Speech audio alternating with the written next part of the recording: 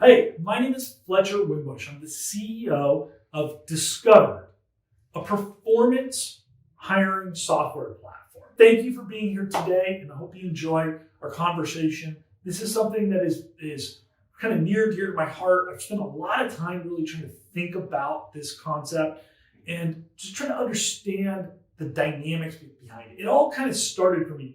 The cost of employee turnover, right? Is it something that you see in the business world, the books and the magazines, and there's constant conversation about this. And there's some interesting stats, right? Gallup, they've done a study and they say, somewhere between 50% to 2x the employee's annual salary. In some cases, even more when you're talking about some leadership roles, right? The Bureau of Labor Statistics has shown that the average American company is turning over somewhere between 20 and 25% of all of their workforce.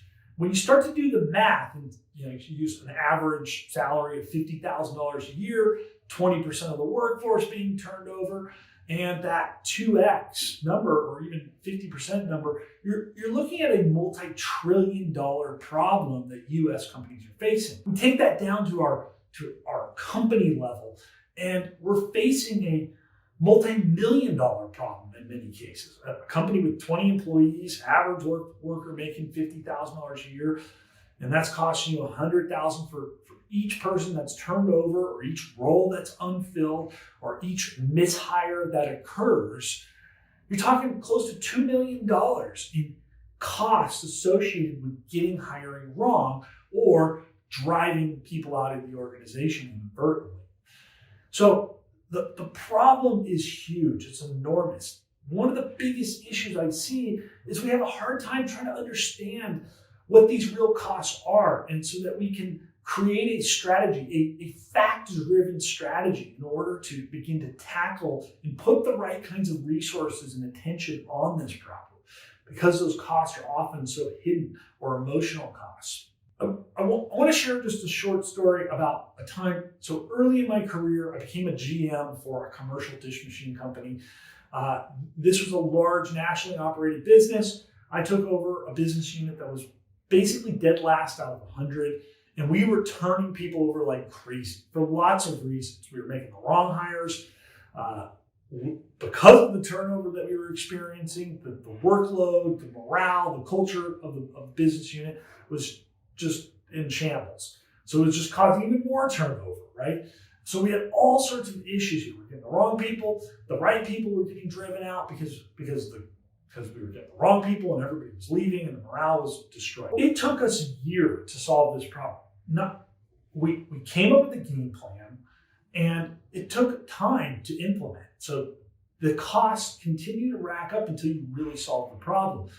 We started by actively recruiting a wider, more diverse group of people who had the right potential and the right culture fits for our organization. Then we implemented a structured hiring process that started with a powerful first interview where we got to the meat of the potatoes with most candidates, and we really were able to learn about their potential right off the bat.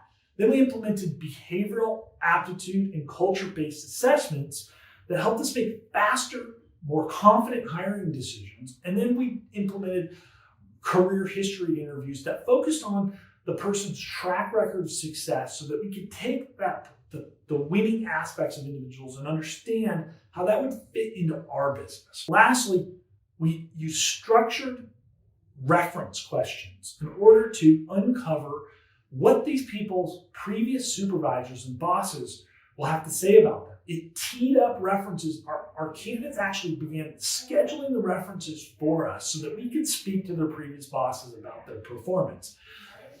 We quickly realized that folks that got great references from their previous bosses, not HR, not their colleagues, not their mother, not their professors, but from their previous bosses, were hands down much higher performers. Lastly, we implemented working interviews. We bring people in, we put them on a truck, we send them out with a service technician or a salesperson or a manager to experience the job firsthand. It also helped us get to know these people better. We've taken them out to lunch, we're hearing their feedback, we're getting to know and learn more about whether they were ultimately going to be a fit, and they get to learn more about us and decide whether they were going to be a fit for us. Then we implemented a 12-week onboarding program that broke the job down into small bite-sized pieces so that we could incrementally level up the individual's skill set and ease them into the job.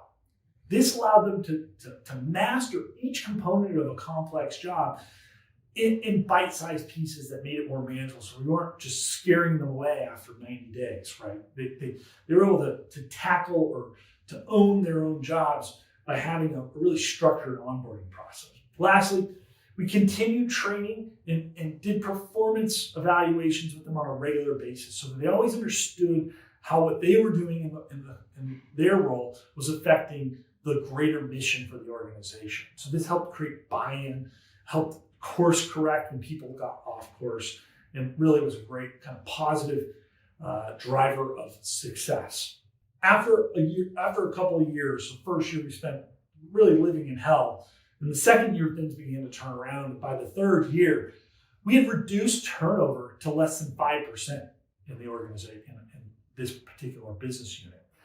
Our overtime was cut by 60%. So the burnout factor just reduced dramatically, and our profit margins skyrocketed through the roof. Also, our top line revenue began to grow and outpace all of our other business units throughout the country.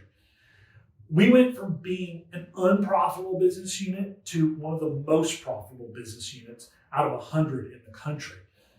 Not only that, but we were able where we were previously bringing in people from other business units to help coach and train or just supplement our workforce and to be the model of best practices. Our branch actually became the model of excellence for the organization. People were coming from all over the country to learn how we were doing things. So that's a great sense of pride for everybody involved. At least 7 of the people that were part of this business unit had continued to grow their career with the organization, to move into middle and senior level management roles.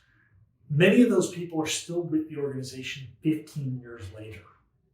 Talk about institutional knowledge and just continued success over and over and over again. It really helped people with their career growth, really helped solidify the culture of the organization. Everybody's compensation grew and the organization grew in revenue and profitability. How do we begin to think about the cost of employee turnover or the cost of getting the wrong person on the team? There's really 3 big components. There's hard costs, opportunity costs or the hidden costs, and emotional costs. The hard costs are relatively easy to calculate. These are things like the cost of posting ads or having a recruiter on the team or the time the hiring managers spend interviewing, training, onboarding these individuals, the cost of buying them equipment or uniforms, getting them the tools that they need to do the job. And those costs can add up, but they are the smallest component of this. The biggest factor in how Gallup gets to that 50% of annual base salary to 2x annual base salary number is in the missed opportunities or the hidden costs associated with getting it wrong. I like to think about it this way. You have a service technician and they're paid $50,000 a year and they're producing $500,000 a year in revenue. If you're turning those folks over, you're having to ask other people to pick up their workload, or you're unable to fulfill your commitment to your customer, you're going to begin to lose customers. If each customer is worth $5,000, you lose 5 of them. You just lost $25,000. That's just in guaranteed revenue that you had a loyal customer and you no longer had it. That doesn't even factor in the cost to acquire that customer to begin with. Take a look at the salesperson example. You have a salesperson, they have $1 million a year quota. You want them to sell $1 million worth of stuff or services. 90 days in, they've sold $100,000 worth of products and services, and they fail and they're not meeting their expectations. You turn them over, you spend another 90 days filling that role, you spend another 90 days getting that person back on track and up to speed. You just lost $900,000 in unrealized revenue. It's a huge number to get this wrong or to turn them over. The other example would be if you had a proven producer producing $1 million and now you turn them over and you spend 90 days filling the role and 90 days getting that person up to speed, and probably years to get them back to the same production level as your previous top performer. All of these things are driving your costs through the roof. You start to get to leadership costs, it gets even more complicated.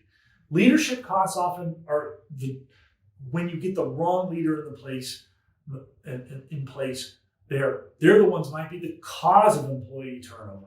They're the ones that are taking your business units in the wrong direction, or your departments or divisions. All of these things have enormous hidden short and long-term costs. The one I think that gets most of us, and I think might even be more painful, are the emotional costs. So having a problem generator or a talented terror on your team just makes coming to work for everybody else around that person a complete nightmare. And that causes burnout, it reduces morale, it hurts the culture in your business unit or your team. And that has, again, those hidden costs of turning over your A players who no longer want to come to work every day or be in this organization because they're tired of dealing with these problem children that are part of it. Let alone the costs that leaders face when having to deal with these problem employees. All of these things create enormous costs, and that's how Gallup gets to this 2x annual salary. So the first step in solving this problem is really understand the magnitude of it so you can begin to measure and create an ROI proposal. So we have a real cost of hiring guide. Click the link below, download that guide, use some of those tools to begin to understand the magnitude of employee turnover in your organization so that you can begin to quantify what kind of investment is going to be required in order to begin to turn that around and be able to measure the results. If you think, a common myth, if you think just because you have a workforce of a bunch of entry-level, low-paid people, that 20, 30, 40% turnover is just acceptable, this is a common mentality. I would challenge you to rethink that mentality, right? Even the frontline person, the server who upsets the regular customer, who's good for $1,000 worth of meals every quarter, right? That's lost revenue that you spent time capturing. All of these things have a huge effect on both your top and bottom line. So you want to really understand that. A great example too of frontline workers, I was talking to a large manufacturing operation in Houston, Texas. They have a 7% turnover. How do they do this? Well, they provided career growth, a great culture, and fair compensation. It wasn't even spectacular, right? And good benefits that go along with that. So just by tackling some of these things, you can get frontline blue-collar workers, and you can reduce those numbers down to something that is going to make a huge top and bottom line impact in your business. In review, if you cannot afford to leave this problem alone, you must solve your hiring, recruiting, employee turnover challenges. This is something that's not necessarily easy, but with the right structure, systems, tools in place, you can actually tackle these issues and make a measurable difference. The hard, soft, and emotional costs of turnover are crushing our businesses. We have to make it a priority to solve these problems. I start by downloading that real cost of hiring guide, real cost of turnover guide. Start understanding the magnitude of the problem, start implementing better recruiting processes, hiring systems, onboarding, training, and performance management today, and start solving these problems and driving more revenue and more profit to your business. So download the guide. If this was interesting to you, we have a whole series of videos all about how to find, hire, select, onboard, train, and manage A players coming to you. So hit subscribe, hit like on Facebook, LinkedIn, share this content with folks on your team, and we look forward to seeing you in our next episodes.